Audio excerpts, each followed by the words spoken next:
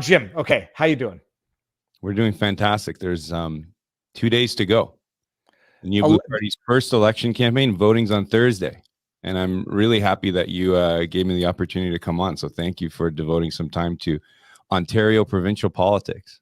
Well, I'm not telling people who to vote for. I'm just saying nothing. I've had you on the channel before. You're amazing. Your wife is amazing. You're both politicians, and I dare say two of the good ones. So the vote is on Thursday. For those who don't know, this is provincial Ontario elections. Give us an update. Give us like the lowdown of what the deal is. So the Doug Ford PCs are up for re-election for a second term, and their strategy has been to not let anyone know there's an election. They've been trying to put everyone asleep in this last month, but we've already made history. This is our first election campaign. As we've been on your show before, my wife Belinda is the MPP in the riding of Cambridge, and a year and a half ago, she was removed from the PC caucus, and 19 of us were removed from the PC party for voting against Doug Ford's lockdown bill.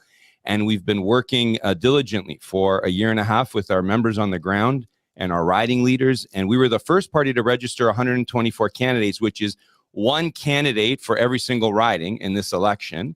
And the media and the Ford PCs have done their absolute most to say as little as possible about the New Blue Party in this election, and to get through this election as quickly as possible so that as few Ontarians as possible know that there is another option other than the establishment parties. But it's our first election campaign, and we've already made a dent. Grassroots strategy candidates knocking on doors, putting up signs, and we're on the map. The New Blue Party of Ontario is on the map, and in every single riding, there'll be a name of the New Blue Party on the ballot in our first election campaign. And now, when you say 124 candidates, that is what we call a full slate. I mean, Right.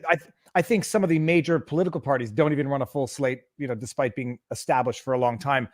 Well, okay, so tell us what's going on. Well, first of all, people might not have seen our first one or two interviews. Right.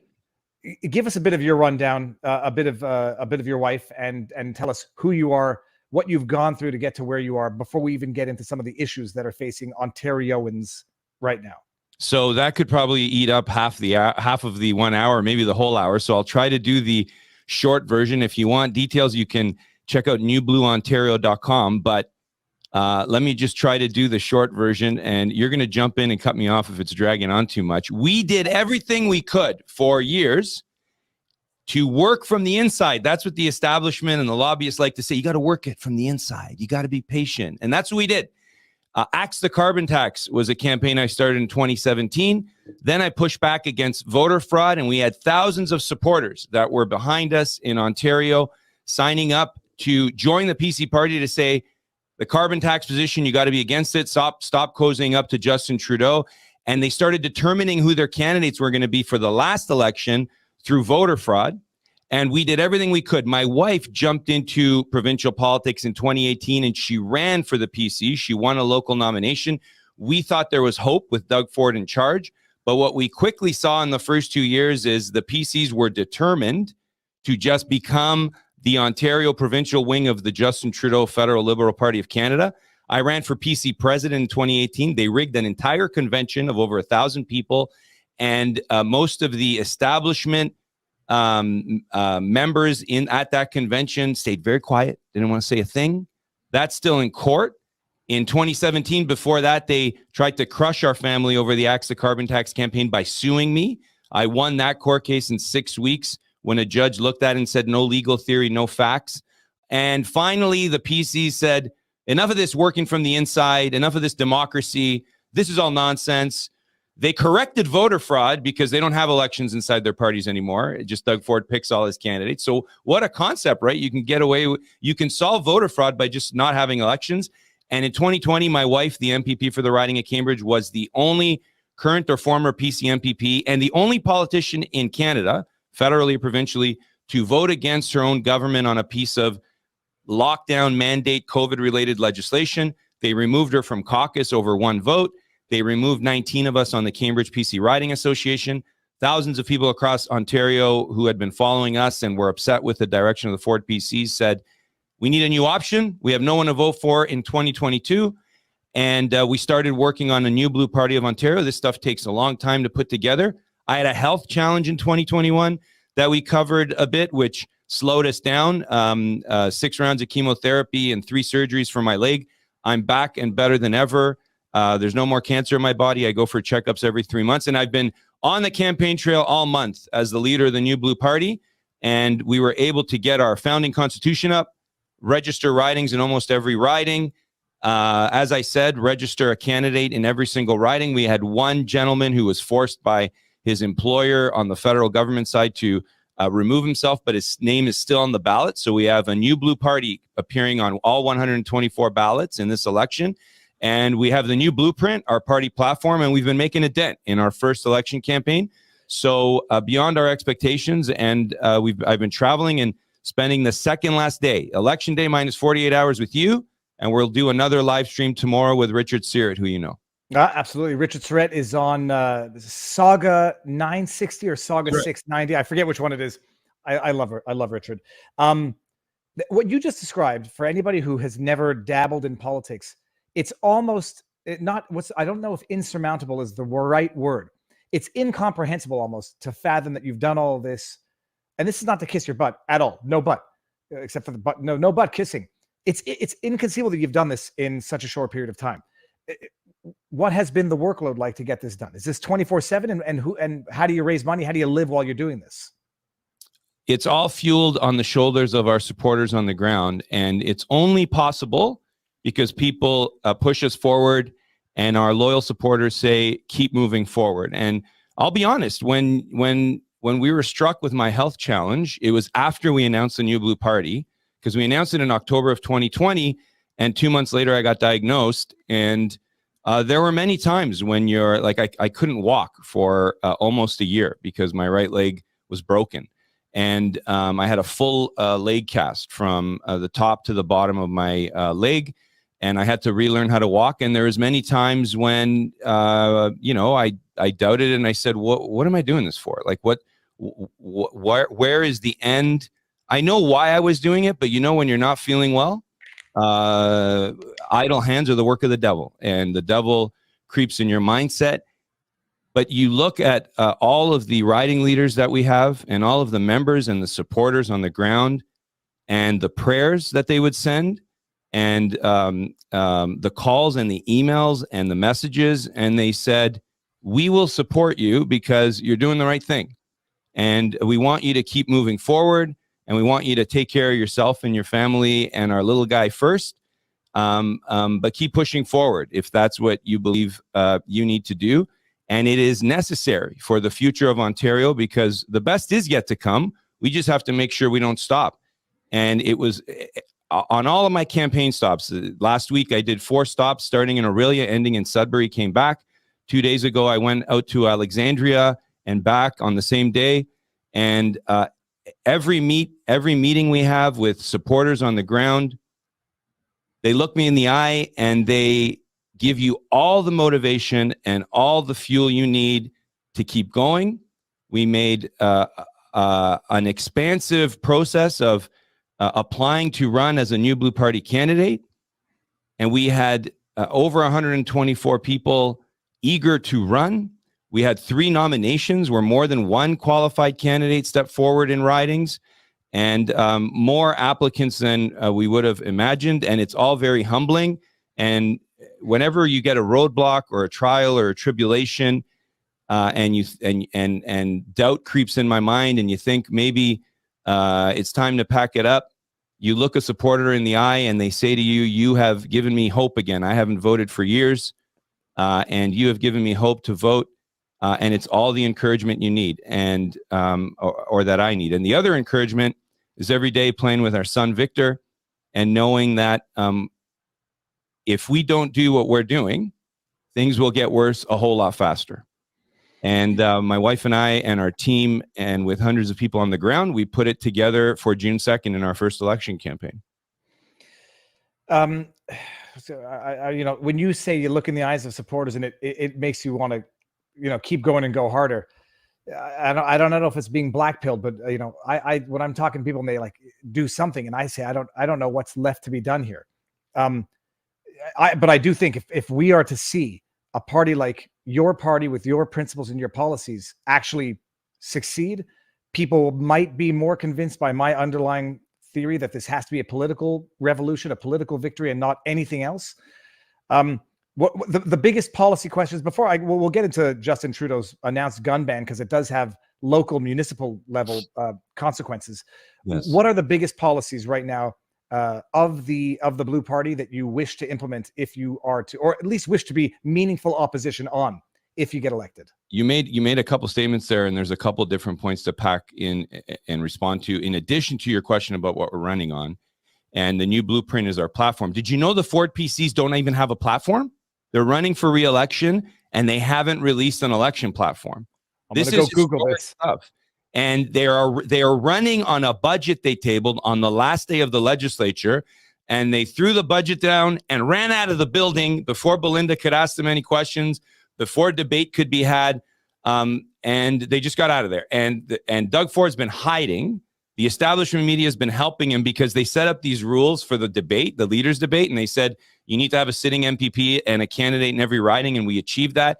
And then they just changed the rules, and they said, well, no, forget it. We don't want New Blue in there. So he's campaigning on no platform. We've got the new blueprint, which is the most pressing issues that have come up in the last 4 years of the Ford PCs betraying their values and principles. And it starts with, we were obviously the first to start speaking out against the lockdown and mandate measures related to COVID in Ontario.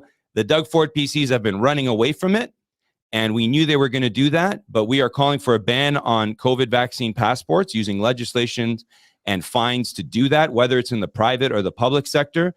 And in addition to that, restitution for those that were harmed by the state of emergencies that Doug Ford put in place, like the trucking businesses. They shut down 39 of them without due process after the Ottawa protest.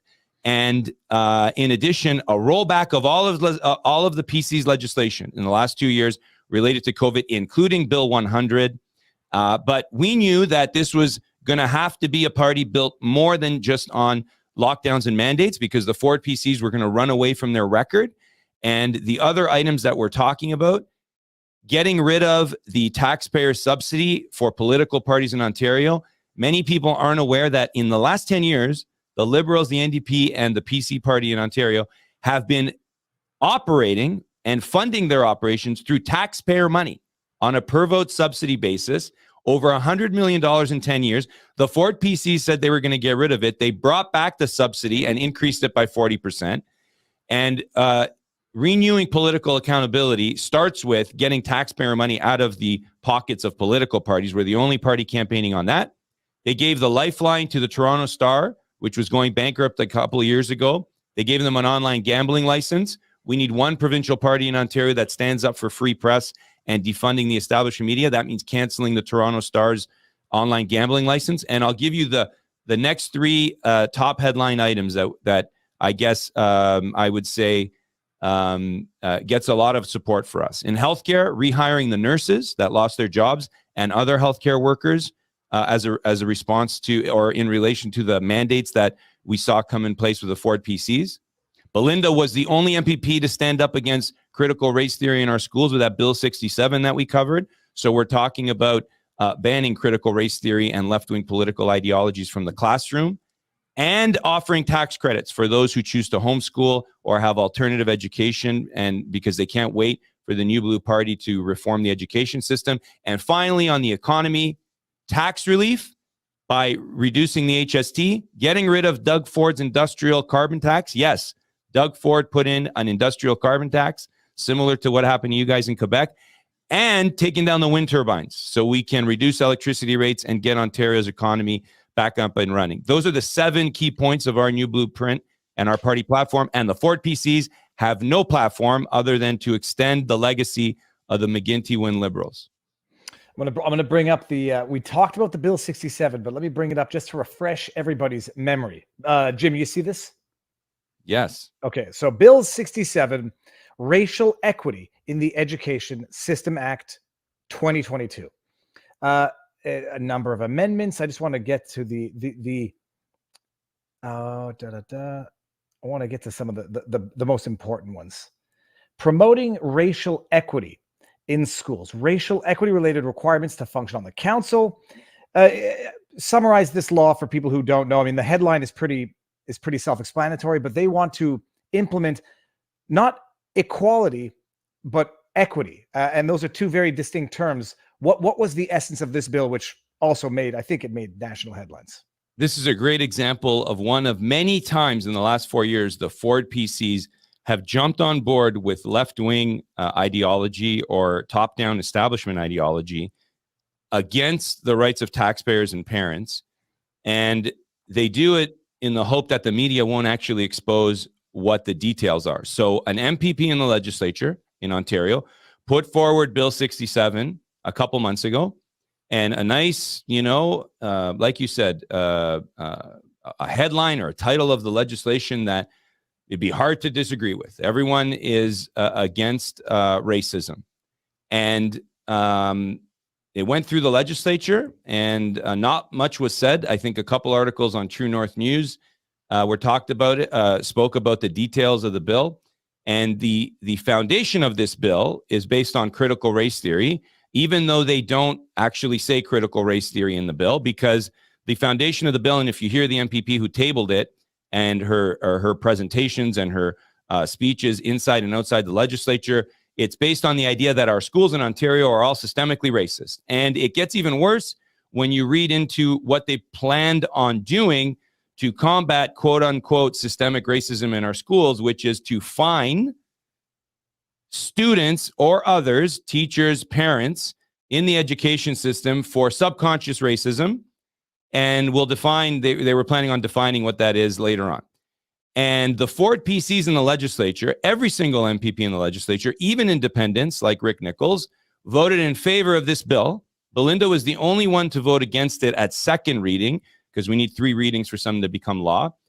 There were 3 MPPs in the legislature from the PC side that were in debate enthusiastically saying, I can't wait for this to become law, which even on a fiscal standpoint, it boggles the mind, because the bill was calling for forcing school boards to hire administrators and bureaucrats trained in this political ideology.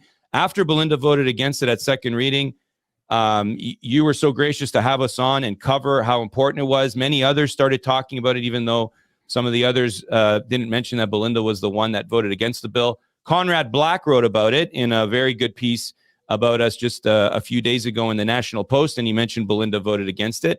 And by raising awareness, 2 weeks later, Belinda went back to the legislature, questioned the PCs about the bill, and got them to publicly reverse course.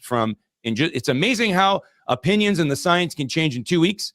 2 weeks earlier, they were saying they were all for it. 2 weeks later, they said they wouldn't pass it through third reading and make it law.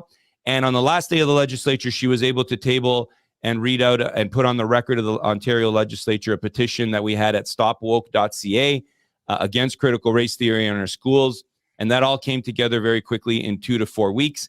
And it highlights the necessity of having the New Blue Party of Ontario both inside and outside of the legislature across Ontario, because the establishment parties and the establishment press, when ideas like this are brought forward, they give it as little attention as possible, and they don't allow the public to know the details of the bill unless someone decides to go on the legislative website and read it on their own.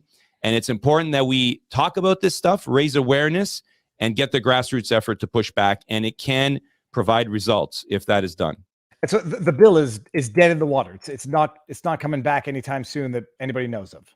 Well, I went to committee after second reading, and then the election was called. They didn't bring it back for third reading, and Belinda pushed the PCs to say they're not bringing it back. But whatever happens after Election Day on June 2nd, an MPP can bring it back, and we've got to remain diligent on this stuff and flag it if another MPP brings it back. And I'm pretty confident that the NDP will bring it back in some form.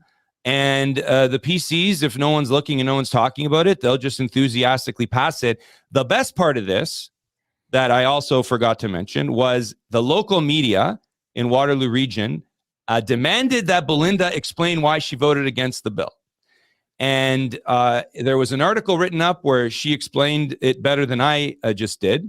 And the NDP MPP who was advocating for the bill in that article could only conclude her advocacy for this solution by saying, well, at least we're talking about racism. And when they say that, you know, they've thrown the white flag and they can't even defend their own ideas, like the education system being systemically racist, the idea that we should fine parents, teachers, students for subconscious racism.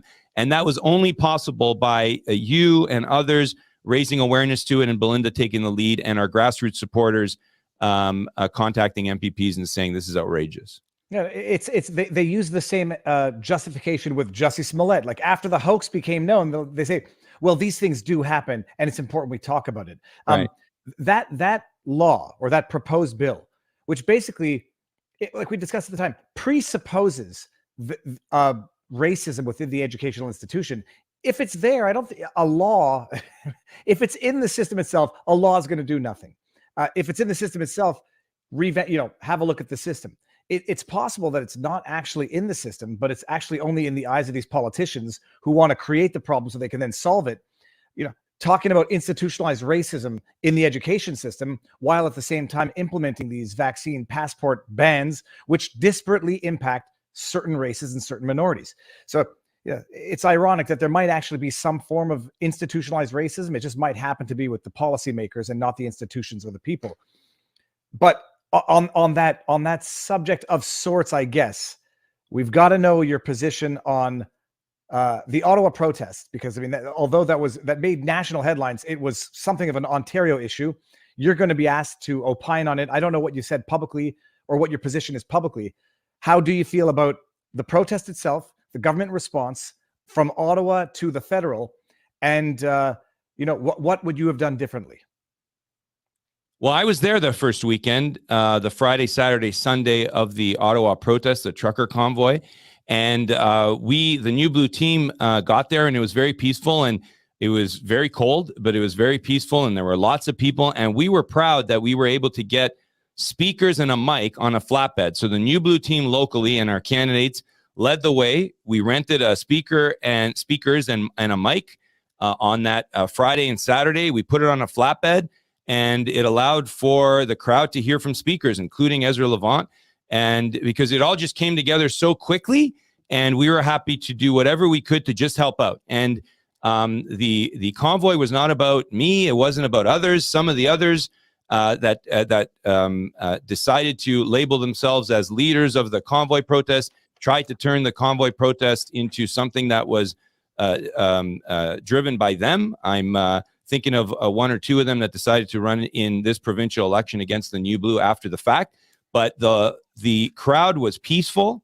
And when we came back very quickly thereafter, Doug Ford didn't get the message. He doubled down, and he decided to test the market or test the waters first on a state of emergency before Trudeau even did it. So Doug Ford called a state of emergency provincially and was using a lot of the rhetoric that Justin used federally before Trudeau did it. And he put the state of emergency in. He used the powers under that to shut down 39 trucking businesses without due process. And he really gave Justin Trudeau political cover in Ontario for what followed 2 or 3 days later. But I would say this, as quickly as Justin Trudeau brought in his state of emergency, Trudeau and Ford ran away from it just as quickly because of the grassroots feedback. And it was great to see some conservative politicians federally finally get around to saying something, and whether they're genuine about it or not, we'll let the voters decide, and we'll let those politicians decide. But better late than never. And it was good to see the pushback. And then when they introduced Bill 100 in the legislature in Ontario to make some of those measures in the state of emergency permanent, Belinda was the first MPP in the legislature to debate against Bill 100 at second reading. Her and 3 others voted against it at second reading, which again is an example of bringing awareness to this bill, because it wasn't getting a lot of coverage. There wasn't much debate about it. The establishment parties were all for it. It's a terrible bill. It strips away due process, and the government can just decide to file charges, shut down your business provincially. It passed into law because they passed it at third reading in the middle of the evening, which is a time when the legislature should not be sitting. but we raised awareness to it, and more Ontarians know about Bill 100 now, and we will keep advocating against it as part of our commitment to roll back and do a complete review of all the laws that Doug Ford and the PCs have put in place in the last 2 years in response to COVID-related lockdowns and mandates. I want to pull up, let me just add to stream, and I'm going to change this one. I want to bring up that particular, an article on that bill. Oh, tabarnouche, what is this? Bill 67. This is what I'm going to replace with here. Okay, delete. So Bill 100, what were the, I mean, offhand, specific issues? I remember some of the issues, which was blocking, you can have your license suspended, your car impounded for blocking, what do they call it in the law? For blocking trade routes? Allowing government they use a more generic term than that, infrastructure, and the infrastructure could be changed at a later date by regulation. So it wasn't like they were locking down what the protected infrastructure would be, and you know, there's so much wrong with the bill. For starters, a protest outside of Parliament Hill doesn't, in my eyes, count as protected transportation infrastructure. Second, the protest that was going on at the border in southwestern Ontario, they weren't blocking the entire bridge, and they were the protesters were cooperating with law enforcement. Third, law enforcement already have the powers, federally and provincially, if there actually was infrastructure being blocked. Fourth, it strips away all due process in this process, where you're no longer presumed innocent until proven guilty. They use the powers under the state emergency to shut down 39 trucking businesses. And what the biggest issue, there's two big issues with this law that I think don't get a lot of discussion because it might be a little esoteric. Number one, at the bottom of the bill, or near the bottom of the bill, there's a line that says, we will review the enforcement of this bill by police powers or agencies every year. You would know this. That's like the government admitting publicly that they're not really sure that they're on a good ground here constitutionally, that this bill would be used properly by anyone who enforces it, whether it's law enforcement or anyone else. So that's like they just throw up the white flag and they go, we don't even know if this is actually legal or constitutional. That's the first red flag. The second thing is that we have seen provincial and federal governments apply this type of legislation based on your political beliefs. So in 2020, when protesters were blocking trains from going forward, that was okay. And there's other infrastructure projects in Ontario that have ground to a halt regardless of court orders for years and years, and the government does nothing. They just leave the protesters. But if you are an opponent of Justin Trudeau's and his good buddy Doug Ford, they use powers like this to throw everything at you. And we just yesterday, one of the stories was the banks, one of the banks, Scotiabank, apologized to BJ Dichter for freezing his account. And this is kind of the random powers that government wants, without the checks and balances, without the due process, to say we're just going to do whatever we want, and we'll apply the law differently based on your political beliefs. And we'll ask questions later. We'll do a review next year. We'll see how Bill 100 worked out. By that point in time, the damage has been done to trucking businesses or others that were involved in the protest. And it's such expansive powers. Can you imagine if you have someone living in your house, whether a family member or not, who goes and participates in a protest in Ottawa for a day and comes back, and your bank accounts are frozen because you're the property owner of someone who went there, and they say, well, here's Bill 100. We could just do it. No due process, no checks and balances. I'm reading a Rumble rant over at Rumble, and someone says, after Sussman and the new gun law announcement, it's nice to see anyone not throwing in the towel. And Jim, I think they're referencing you. Thank you. Can't throw in the towel. There's many of us, many of us. I'm just lucky to be able to speak on behalf of New Blue Party members and candidates. I have to block a sex bot, Jim. We have been infiltrated by bots in this chat. Okay, so that's Bill 100. We've done Bill 67. We've talked about the protest. The latest, Trudeau announcing the nationwide gun ban, and or what is it called? Freezing of handguns. My understanding, it's very not superficial, it's just new, is that what he's going to do is authorize municipalities to outright ban small firearms on their own and not go through the federal level on that. Does that, are you familiar with what the plan is with this newly announced law? I'm still catching up on the announcement because it's federal law and we're a provincial party. So we like to focus what we're saying on provincial laws and what the provincial parties are doing. But Doug Ford's contribution to Trudeau going after taxpayers, going after parents, going after the right to protest, going after businesses, and now going after gun owners is traditionally in politics, the Ontario quote unquote conservative leader, which the Doug Ford PCs are no longer conservative, but many still think that they're the conservative option. You could count on them to stand up to the federal Trudeau Liberals or other Liberal leaders in the past if they veered too far into the left or too authoritarian. And when Trudeau's got a guy like Doug Ford and the PCs, he's created a wing of the Liberal Party of Canada in Ontario. And he knows he's not going to get any political pushback from Doug Ford on anything, including this. He just gets to do whatever he wants. And in this scenario, he's going after gun owners, and they're going to keep pushing this going forward. The other part of it, though, that I believe is a lot of what he's announced is not new. And he's just repackaging it for political rhetoric, and he's trying to see how far he can get. So I will catch up with that federal legislation. It's something to keep our eye on because we've always respected and defended the rights of legal gun owners and the attacks from the left to blame them for all of the ills of society.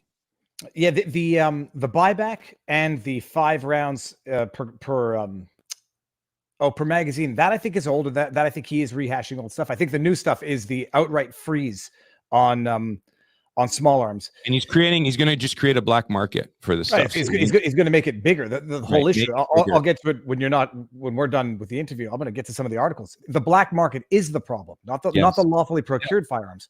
Yes. Okay. And you say that Trudeau within the province has his own Liberal Party. I tell people that Ford is progressive conservative, and they say, "What the hell is that?" And I never even stopped to think about it for 1 second. What the hell is progressive conservative? Like, if you think about it too hard, it won't. Forget it. Like, and that's most of what the Ford PCs are doing. Like, he got elected on axing the carbon tax. He lifted it right out of my campaign. He got rid of cap and trade in Ontario. And then a few months later, he said, I'm going to bring that back, but I'm going to call it something else in regulation.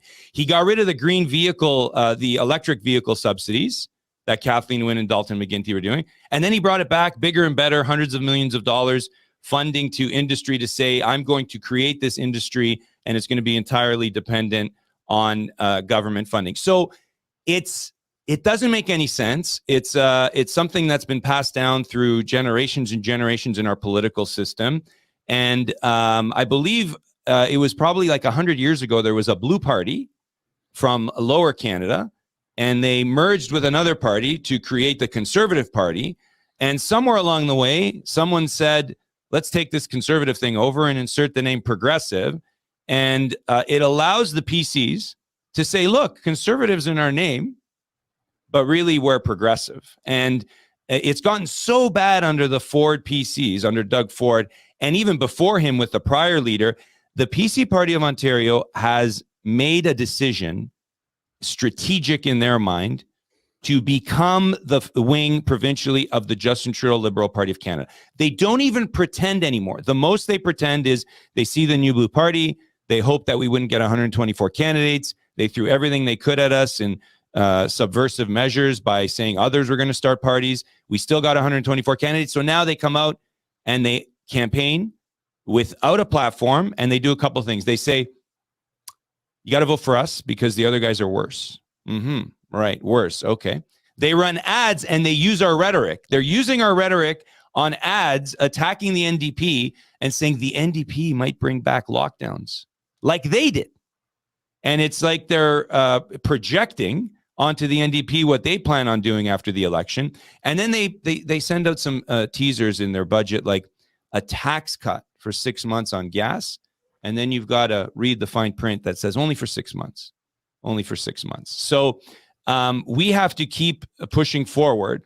because they've made a decision to clamp down all democracy. You can't work from the inside. You can't run for a nomination in the PC party. You can't go to a convention of the PC party and fight for policy, elect someone to run the party as president, which is the guts of the party, or the executive. And now the way to influence it is from the outside, and that's the New Blue Party of Ontario, to keep them accountable and to do the following things: challenge the left, whether PC, Liberal, NDP, Green, balance the narrative so we have a discourse here that's balanced in Ontario politics, and change the course. And it takes time, though. I know people are desperate for help and desperate for change, but like you said, we're trying to still figure out how long ago Progressive and Conservative got in the same name of a political party, but they've been around for over 100 years. My grandmother didn't speak any English, but she knew what PC was, and she knew what Liberal was, and she knew what NDP was. And we just started the New Blue Party a year and a half ago. We really got going at full steam in the fall, and we've been able to accomplish more than we expected and surpass our expectations. But when you're fighting against a brand that's over 100 years old, it takes time. And there's no shortcut. There's no getting on the elevator, hitting, floor 25 and zipping up there in a couple of minutes. You got to take it step by step. But every step we take, we gain momentum. That's the difference. Have you done any polling to see how you're faring, or which ridings you have a better chance of getting someone elected in? The pollsters in Ontario are all partisans, and they all, I'm not giving our donor money to partisan hacks to tell me what I already know. And they would do a poll and they'd say, well, your party's new and not everybody knows about it. Well, thank you. I know that already. I don't need to give you thousands of dollars of our donor money, Mr. Pollster, for you to tell me that. What we have seen is some trends where increasingly we're the party that more and more Ontarians, more than the other parties, are looking into, whether it's online in other areas. We had a commitment and a conference to train our candidates to do a grassroots effort. And I reminded some of our local campaign team recently some studies that were done in the US on politics for decades. They've looked at what influences someone to change their vote and what impacts getting out the vote on election day. And they looked at TV ads, they looked at mailings, they looked at media coverage. And we've got a lot of disadvantages. We've got the fact that the establishment media won't put us on a debate, on a leaders debate, so that people can see who I am and who Belinda are, and more than the thousands of people who already know us. We've got over 10 million people in Ontario. And one of the things that has the best impact on changing people's minds and their habits, because voting PC or voting Liberal are a habit for many, many people for decades, is one-on-one conversations. And that means talking to 10 million people one-on-one. That takes time. And the Ford PCs are trying to get through this 30 days as quickly as possible. But we had our candidates commit to a grassroots strategy. Signs were being put up on day one of the campaign across Ontario, caught people's attention, and canvassing teams across Ontario. And our support was able to gain traction a lot quicker than any other party in their first election campaign. And I know whatever the result is on June 2nd, it's going to be historic, because I'm fairly confident that we will do better in our first election campaign than any other new party in a very, very long time in Ontario or across Canada. Now, polling, I think, is fundamentally flawed, corrupt, probably is the best word. But you can tell a lot from donations and donors.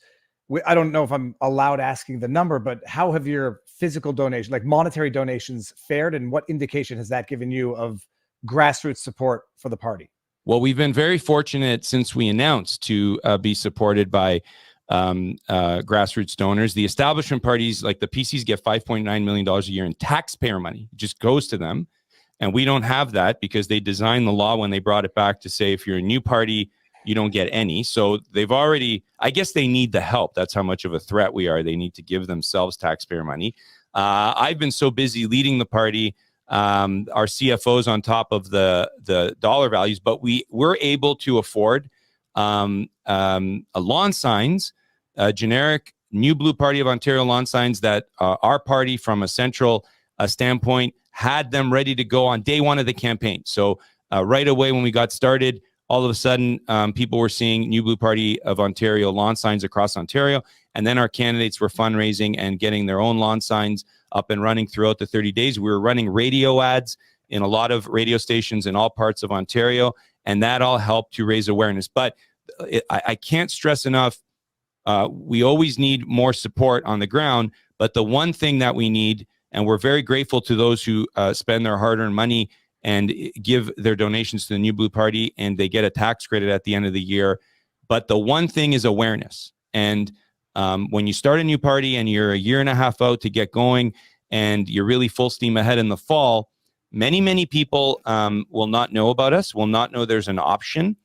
One of the biggest components of our supporters, or the largest number, are people who say they have stopped voting for years and they lost hope in the system. All the parties sound the same.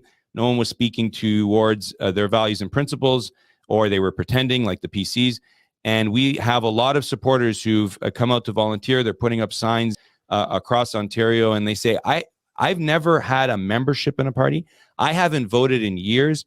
And they're leading. They're leading as riding leaders. Some of them are running as candidates and putting in signs. And so our goal is to get 10 million people plus to know about the New Blue Party of Ontario through one-on-one conversations, and then they can make the decision, party's for me or the party is not. And look, we can't be, I've wanted to have this conversation with you for a very long time, actually. We can't, it's not true to say that we've done everything we can. It's not true. Like, changing your vote from what your dad or your grandparents voted in Ontario provincial politics is not like trying a new soda at the supermarket, where someone comes up with a new cola and you go in and you see it on the shelf and you say, I'm going to try this new cola. And if the cola tastes like terrible, you go, I'll go back to the other cola. A vote is someone trusting their vote into your party to say, I feel confident that you can run the government of Ontario and all the money that it has and all the levers of power that it has. And we have full confidence that we can do that. But Ontarians don't know who I am as well as you do, or as well as my wife does, or as well as our candidates and our party members do, because they're busy in between elections, taking their kids to school, raising their families, going to work, holding on to their jobs, looking for new jobs when the government forces them to lose their job. And they're not following the intricacies of party politics and who's this guy Jim and who's Belinda. So we can't get ahead of ourselves and say, oh yeah, we're going to start a party and in a year and a half, we're going to win a majority. That's not how it works. They blindly, a lot of people habitually vote PC or Liberal because even though they can't stand Doug Ford, even though they think he's a total flop, even though they may even think he's corrupt, they have this comfort or this idea that there are people they don't know behind the PCs that have competence and know what they're doing. If they only knew what I knew, that the people behind Doug Ford are not very competent and don't really know what they're doing, and all Ontarians had that awareness, we would be growing much faster. But it takes one-on-one votes, and we can't get ahead of ourselves and say that in 18 months we've done everything we can already do. It's not like buying soda. Voting for a new political party requires time, and we have to earn their trust. And we are not going to be the party that blames Ontarians for the result on June 2nd and says that they are ignorant or they don't know what's going on, especially when I see on Facebook, I see people who've been calling themselves freedom fighters for the last 2 years, or I see others who've been criticizing the Ford PCs for 2 years, and they've said, oh, I'm going to vote for the Ford PCs. And they are the exact same people who attack Ontarians for their views, and now they're going back to the person that betrayed them for the last 4 years and voting for him again one more time.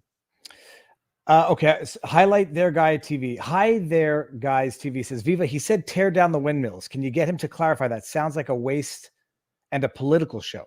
It's a great question. It's not. It's all driven on reducing electricity rates. The show is putting those things up in the first place. So the McGuinty-Wynne Liberals created a banana republic out of our electricity grid in Ontario. They came up with this idea to put wind turbines up. 50 cents to 80 cents a kilowatt hour is what they were giving the developers of these wind turbines. It used to make up 5% of the electricity grid in Ontario. It's now grown to 10 or 13%. The Ford PCs came in, and for years, the PC party said they were against wind turbines. and they were going to do everything they could to take them down. Not only did they not take them down, they have the tallest wind turbines in Ontario's history that have gone up in Stormont, and I just made a stop there 2 days ago with our team.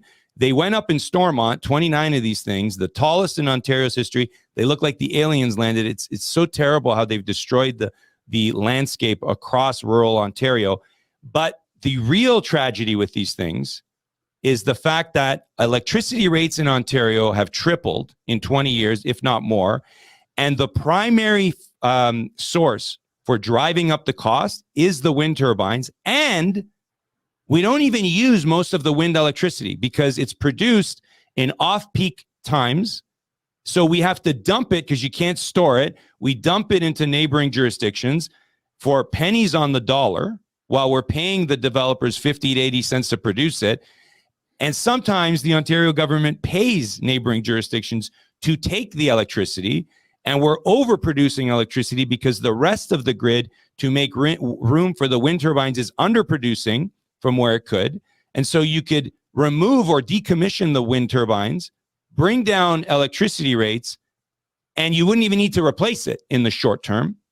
And you would save hundreds of millions of dollars over the next 10 to 20 years on electricity rates for every single Ontarian by just getting rid of these things and restore the beautiful landscape we have in rural Ontario. When Doug Ford took over as premier, there were 1 million manufacturing jobs in Ontario. We're down to 750,000. And for 20 years, the economy in Ontario has been puttering along at 1.25% of GDP growth. Terrible numbers. Our social services expenditures are rising at 6% plus. So we've got to conservatives used to say we don't have a revenue problem, we have a spending problem.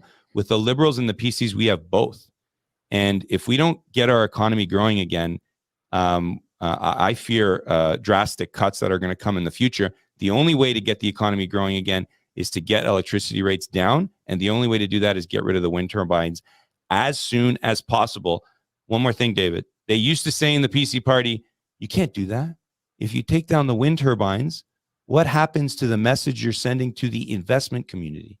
It's such a bad message. But when COVID hit, all of a sudden the legislature had the power to shut down mom and pop businesses, fire people, mandate. Oh yeah, no problem. There's no restrictions or limitations on the power for the Ontario legislature. If the Ontario legislature and governments have the power to shut down fish and chips businesses like I grew up in with my dad, or hair salons or other small businesses, then they have the power to end the wind turbine ripoff that has made our electricity grid a banana republic. And that's what the New Blue Party's core promise is for boosting and getting our economy back on track in Ontario. Well, but setting aside the windmill issue, what do you do to boost energy or to reduce the costs? I mean, you have to produce it somewhere. So what are you going to be using to produce energy in Ontario? The first thing is the existing grid outside of the wind turbines is not operating at near 100% capacity. It's down to 48% or something like that. So the rest of the grid has to start producing at what its capacity is. And then there are plenty of other options, whether it's bringing in electricity from neighboring jurisdictions or natural gas or getting the nuclear plants to operate at a much higher effectiveness and capacity than they already have. But at the bottom, I was going to say at the bottom of this, shouldn't even be on the list are wind turbines. Like, they should be gone. The alien invasion should be over, and they should be out of here. And it would make the biggest impact to lowering electricity rates in Ontario and boosting our economy again. People are commenting about birds in the chat. I've heard the rumors. Is it the case that wind turbines actually kill as many birds as people suggest they do? I've read those reports, and I'm not the person best that have studied it, but I've heard a lot about the environmental impacts. And just look at the monstrosity of the things. The amount of, talk about greenhouse gas emissions that the left likes to talk about. The amount of the manufacturing process that has to go in to building one of those things, it's so hypocritical to say that it's helping the environment. It's not. It's a total ripoff. And then we have other factors of how it destroys the landscape, wildlife in the area. But the one thing that's underreported or not spoken enough about There's a gentleman, Parker Gallant, who writes a lot about it in the Financial Post and has his own website. And I rely on a lot of his research for years. But the one thing that's not spoken a lot about, especially with people in urban settings that don't see them, and they think, oh, it's okay, wind turbine far, far away from me, I don't have to see it. I mean, can you imagine if we just put all the wind turbines on Yonge Street? Just start right downtown Yonge Street, go all the way up to North Toronto. There'd be a lot of pushback. But what's not spoken about is how these wind turbines are the primary cause of skyrocketing electricity rates for the last decade plus in Ontario. No, they say, how do you think they're built? They have to clear land, trees, which right. No, I think what people tend to think is meant by the killing birds is that birds fly into them and then get crushed by the spinning wheels. The funny thing is, other people also don't necessarily appreciate. You got to manufacture them. You got to truck those turbines out to where they place them is in the boondocks. I mean, it's in the middle of nowhere, so you got to truck them out there. You got to clear the land. You got to clear the land to it. It's people think it's as green energy as Tesla's, as though the battery and the rare minerals don't have to get mined somewhere on Earth. Bill, Jim. Sorry, I don't know who Bill is. Okay. Jim, I've got to ask the question. How nervous are you for this coming Thursday? Are you sleeping at night? Can you sleep? I'm sleeping good because we've achieved more than we could have expected in our first election campaign, and we know we're going to make history. But every single vote counts, and I want to make sure that people get out to vote on June 2nd. And we've got get out the vote efforts across Ontario, and we have people that support us may be deflated or may skip the vote because of a lot of what the establishment media has been saying about this election. It's already decided, it's perfunctory. We already know the conclusion, and we cannot allow that to happen because this is a long-term project for us. We have to keep building. I know that we're going to surpass expectations with 124 ridings where they're going to see New Blue. Some of these other politicos had these propositions for us to cancel half of our candidates at the last minute. Can you imagine if we went into our first election campaign and in half the ridings in Ontario there wasn't New Blue Party on the ballot? How much that would have stalled our growth and our ability to make an impact going forward. And so we had to explain to people why I don't cancel our candidates and why we have a long-term vision. But so now millions of people are going to go to the polls on Thursday and they're going to see New Blue, and many of them for the first time. And many of them are going to vote for the New Blue Party of Ontario. And it's going to be the first time in Ontario's history that a new party came up, and it's not the leading three or the Greens, and they had the New Blue on the ballot in every single riding, and they're going to cast a vote, and many of them are not going to vote for us because they're not going to be aware. But it's going to set the stage for June 3rd and going forward.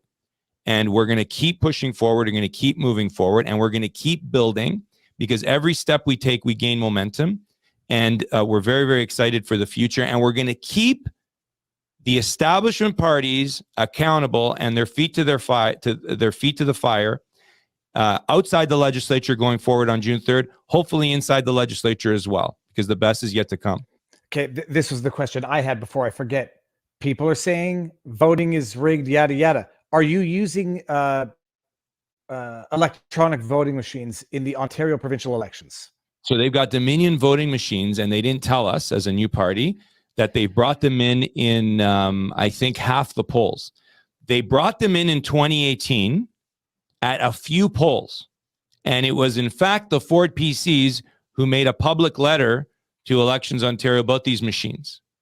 And then it quickly went away, and then we had the U.S. election happen where concerns were raised. So we need scrutineers. So if you're in Ontario and you want to help, we need you to reach out on newblueontario.com to our candidate in your riding to sign up and scrutineer, because we need to make sure the numbers all add up, the number of people who are voting, because you can still see how many people are coming to vote, and then the tally at the end, and it all has to balance.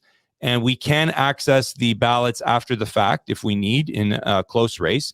But I will say this, and you know this better than anyone, it's not the same as the U.S. system, right?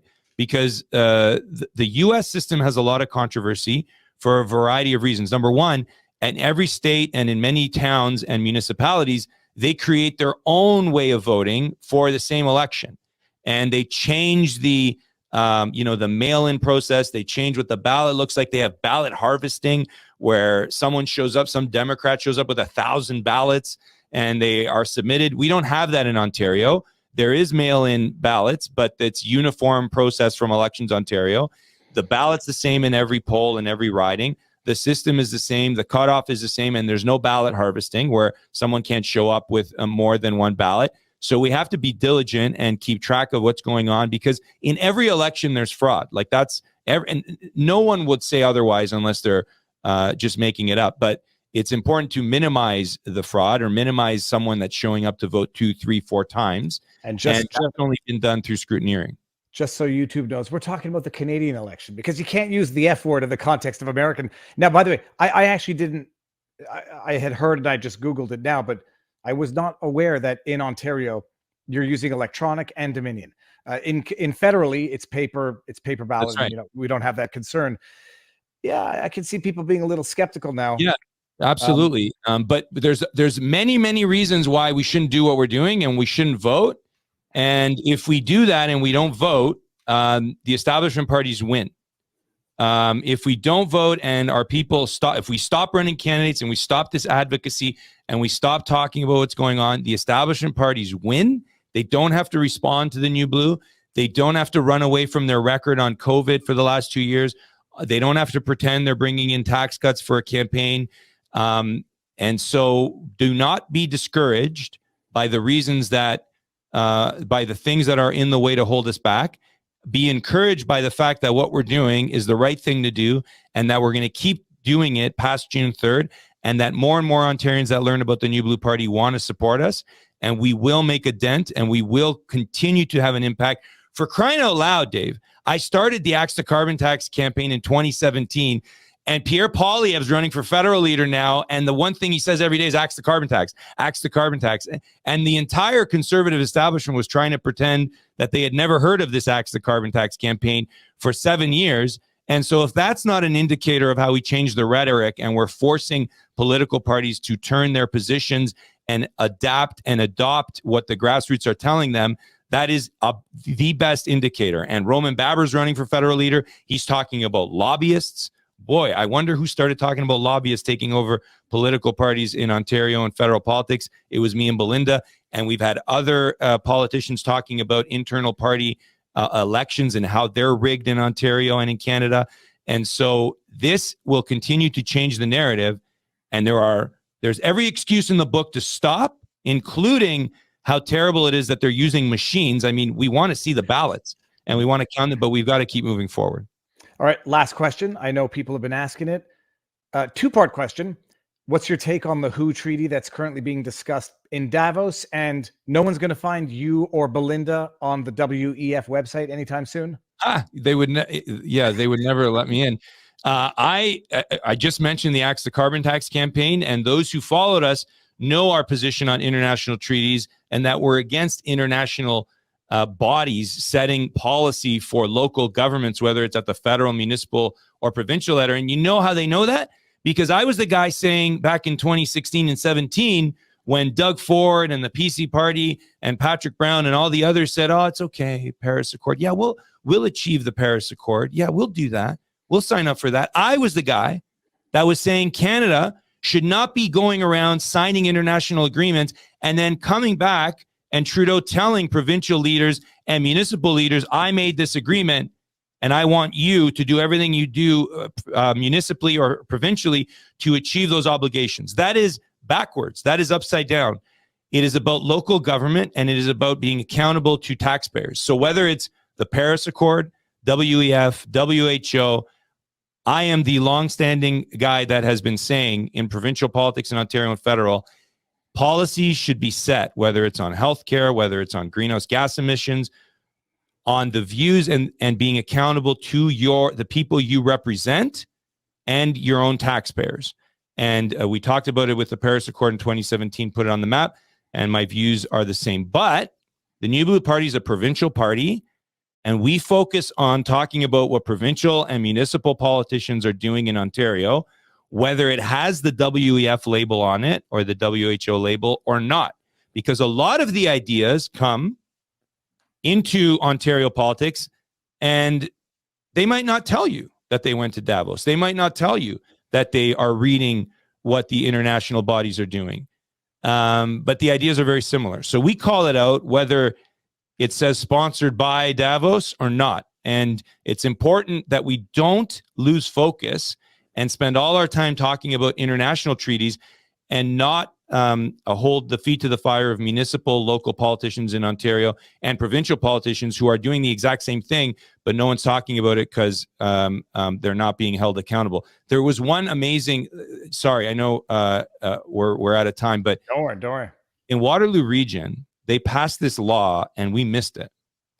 They passed this law a year or two ago, banning political campaign signs from regional roads. Think about this for a minute. So if it's a sign that says stucco or get your driveway paved, that's okay. But a political campaign sign on a regional road, not allowed, supposedly. And the press asked us about this ban because some of our volunteers didn't know about the new law. And in the first few days of the campaign, put up signs. And then as soon as we got complaints, we had some vandals who thought they were the police going out there and taking down our signs. When give us a day, we'll go move it because we don't want to lose the signs. It's paid for by our donors, hard-earned money. So this is totally undemocratic. It's against grassroots campaigning, and it only helps the establishment parties because the fewer signs that the New Blue Party or an independent can put up, better for the PCs, the Liberals, and the NDP, right? Because we need the awareness. So I went and looked up court cases in Canada on bans. And the basic principle that the courts have said is you can't have an outright ban on political campaign signs. Municipalities can set rules on how and where and that kind of thing. And they're doing it on the premise of it's better for the environment not to campaign. It's kind of the same value and principle that I said earlier. The best way to get rid of voter fraud is just not have any elections. And they're doing it. So there's an example of an undemocratic, an attack to our democracy at the local level that's getting very, very little coverage, where they put in a law and they say that's the rule of law, when in fact, their law is illegal and totally unconstitutional. And we just haven't had the case where someone challenged it through the court system. So we've got to spend as much time talking about what's going on in our own backyards as we do what's going on in Davos. All right. Amazing. Jim, someone said Behatzlacha, which is congratulations in Hebrew, Eyal Naman, but I guess congratulations for everything that's been done up to now. Everyone who's watching this, clip, snip, and share segments, tidbits. I'm going to try to post the entire interview on Viva Clips. If it's not this afternoon, by tomorrow, but clip and share so that people can see what's going on, Twitter, social media, etc. If you're in Ontario, get out and vote your conscience. Jim, Godspeed, best of luck. However you feel about politics, what you and Belinda have done in the last couple of years, nothing shy of monumental. So, man, good luck Thursday. Thanks, man. I appreciate it. And we're sticking by our supporters because they've stuck behind us for the last few years, despite all the trials and tribulations. We're not going anywhere, and the best is yet to come. Awesome, man. We'll follow up after the election anyhow on Thursday. Thank you. All right, have a good one.